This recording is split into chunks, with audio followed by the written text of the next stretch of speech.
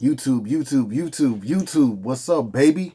We back in this thing again with another review. This is Q's Insight. I am Callie.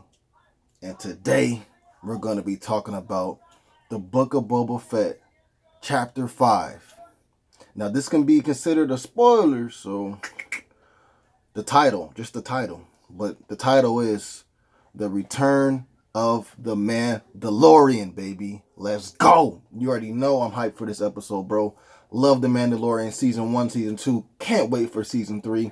I've loved Boba Fett so far. I don't care if everybody else throws hate on it, throws shade on it, whatever. I don't care. Every episode of the Boba Fett chapters that I've seen so far, which is 1 through 5, have been great. So, yeah. But anyways, man. Boba Fett. The Book of Boba Fett, Chapter 5, The Return of the Mandalorian, okay? Now let's do this. So we open up and we see Mando at like this meat factory, right? And he's there to collect the bounty. He actually goes up to the guy that the bounty is for. He tells him, hey, I'm looking for this dude, da-da-da-da-da. His henchmen are around the guy as well. And he's like, I don't know who you're talking about. We'll give word if we see him or something. Mando pulls out the little hologram bounty poster, and it's of the dude that he's talking to. He's like, well, that's not me, man. Da-da-da-da-da. He's like, bro, look, like, I can either bring you in warm or I can bring you in cold. I was like, yo, we back here, baby. This is pre-season 3 Mandalorian stuff, man. Let's go. Now, tells the dude, I'll bring you in warm, I'll bring you in cold. Things get ugly. Stuff starts cracking off. Bro, Mando pulls out the dark saber. He pulls out the dark saber, bro. And he is just cutting fools. Cutting dudes in half, bro. Are you serious? Let's go. So, after Mando defeats all the henchmen and he has to kill the guy that the bounty's for, he has to kill him because he's not coming in willingly. So we see him walk out of the room. He's injured because he hurt him. Only reason why he's injured because he hurt his own self with this dark saber, bro. He got sliced his leg a little bit, bro. Other than that, my dude was unfazed, untouched. Y'all can't even mess with the Mandalorian. Never. Don't try. Or you'll die.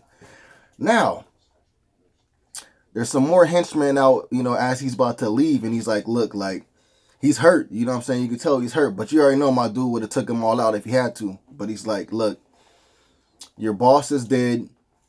I got his head. Now y'all can either let me leave. I left some credits in there it doesn't belong to me. Y'all can have them. Or, y'all can try to, get sliced up real quick. Whatever you want to do. So everybody just runs back there to them credits, because it's payday time, rather get that going rather than go against a Mandalorian, So Mando, he's hopping and skipping, but he leaves the meat factory. Then he ends up going to the people that are trying to collect the bounty.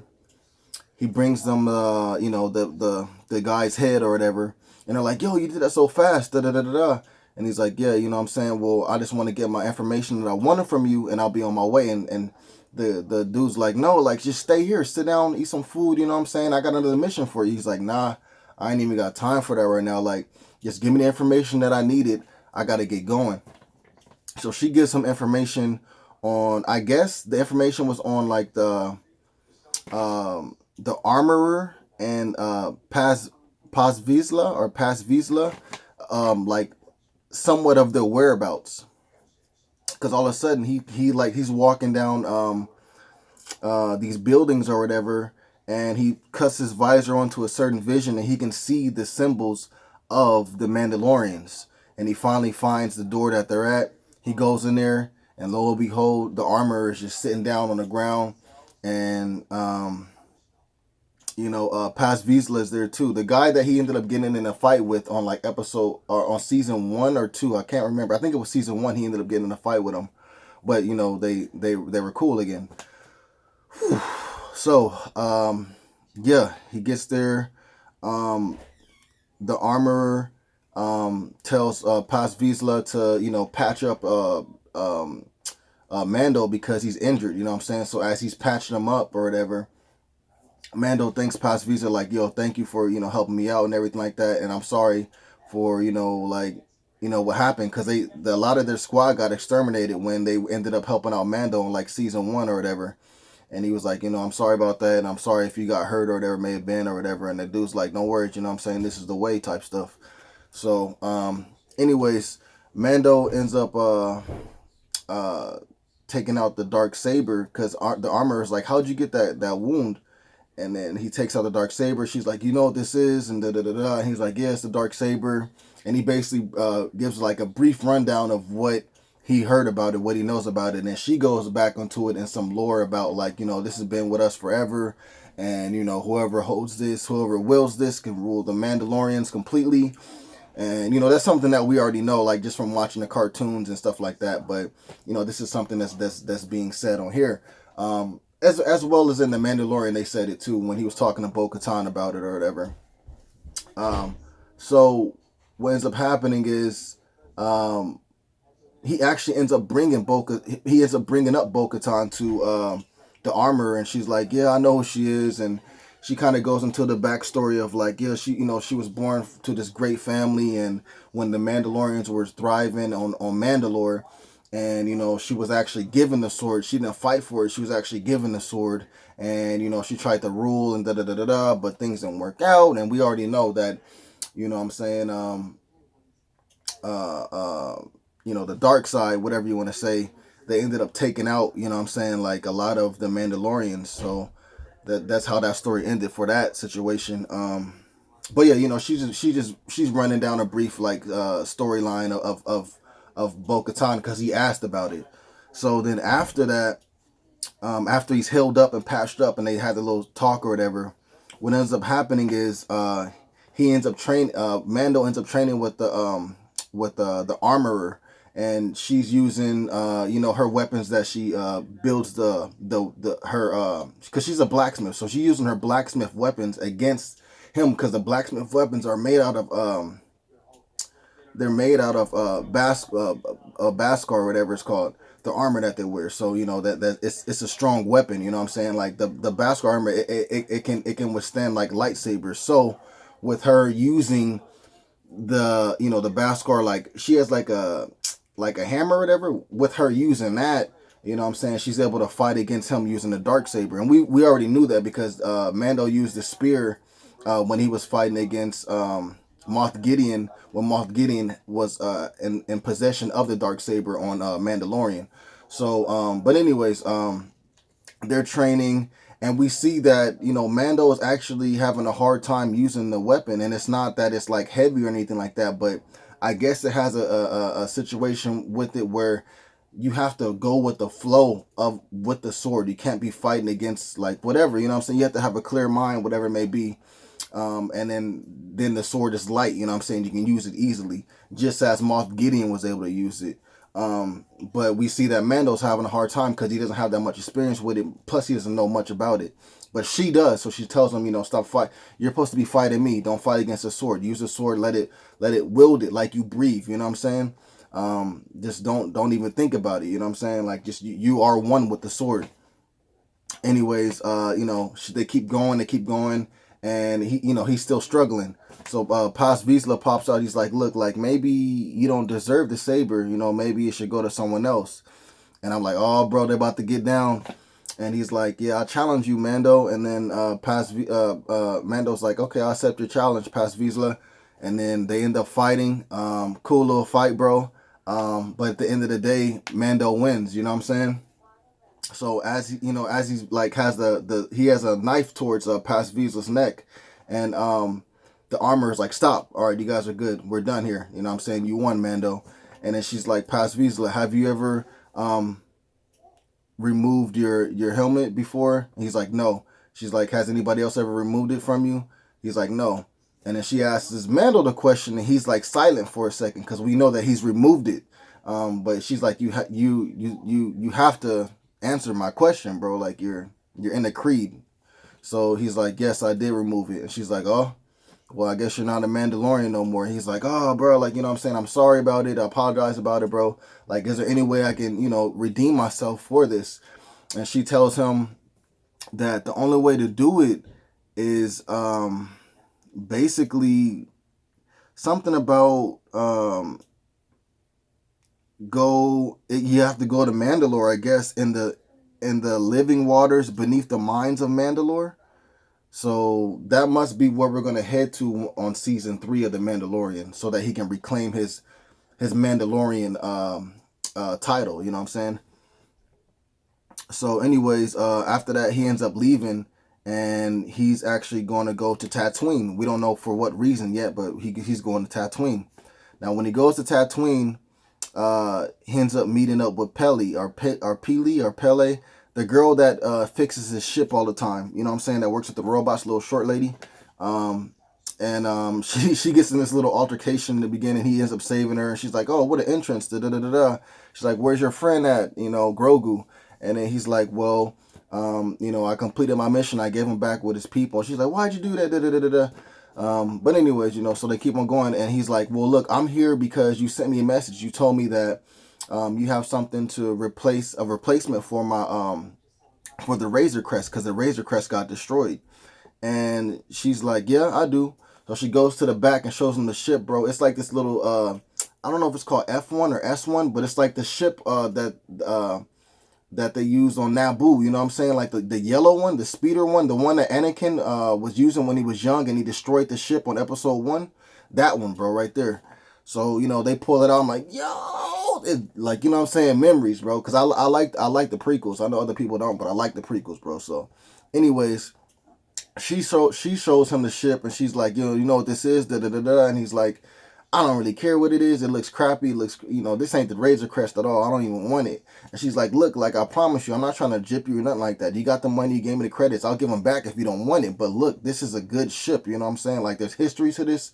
This is going to go way faster than your Razor Crest. And also, it's, it's before they because like now I guess the all the ships that ride around, they're in the system. So the Razor Crest wasn't in the system because it was like a prehistoric type of ship. You know what I'm saying? So same thing with this one. It's like prehistoric per se. So you know what I'm saying, it's not on any of the radars for like any of the Republic or even like the dark side, whatever you want to say. They don't have that's not detectable. There's nothing on there. Like there's no registration for it per se. You know what I'm saying? And that was one of the big things that was one of the reasons why he liked the Razor Crest, you know what I'm saying? So it has that with it, you know what I'm saying? So she's like, look, like, I wouldn't jip you. Why don't you let me finish it, and then you make your decision? So he's like, all right, whatever. So she's fixing it. She's like, it would go a lot faster if you help me out. So, Mando, he ends up helping her out. They fixed the ship up completely.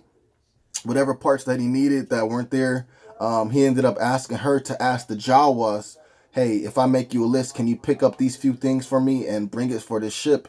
And they're like, okay, cool. And they end up bringing it for him, and he throws them some money. And she's like, look, like I don't give them that much, compensation when they do stuff for me. You trying to outdo me or whatever? Funny little joke, right? They get all the parts. They milled and build everything for the ship, and the ship is new and it's fresh, bruh. It's fresh. All the yellow has been peeled off except for like at the top. Like there's like 2 little yellow lines, that's it. But all of it's all silver, bro. Like it matches his outfit, you know what I'm saying?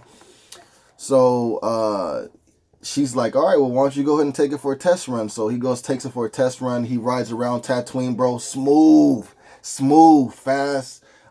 Reacting time is great, bro. You know what I'm saying? The controls is like slick. He's like, yo, this is way different than a Razor Crest. She's like, I told you. That's why I told you. Like, this is going to be the ship. You know what I'm saying? You don't have to worry about nothing no more. Nobody's going to be able to catch you, bro. Like, even before you go into hyperspeed mode, bro, they still ain't gonna be able to catch you because you're gonna have like this. You're not gonna be able to get caught, bro. You're not gonna be able to get caught. So don't worry about it. So anyways, he does all this stuff, maneuvering around Tatooine, testing everything, and everything seems good. He's like, you know what? Time for the final test. Let's go out to space. He shoots up. He goes to space, bro. Lo and behold, you know what I'm saying? two New Republic I can't even think of the name of their little fighters that they have right now for some reason. Blah, blah.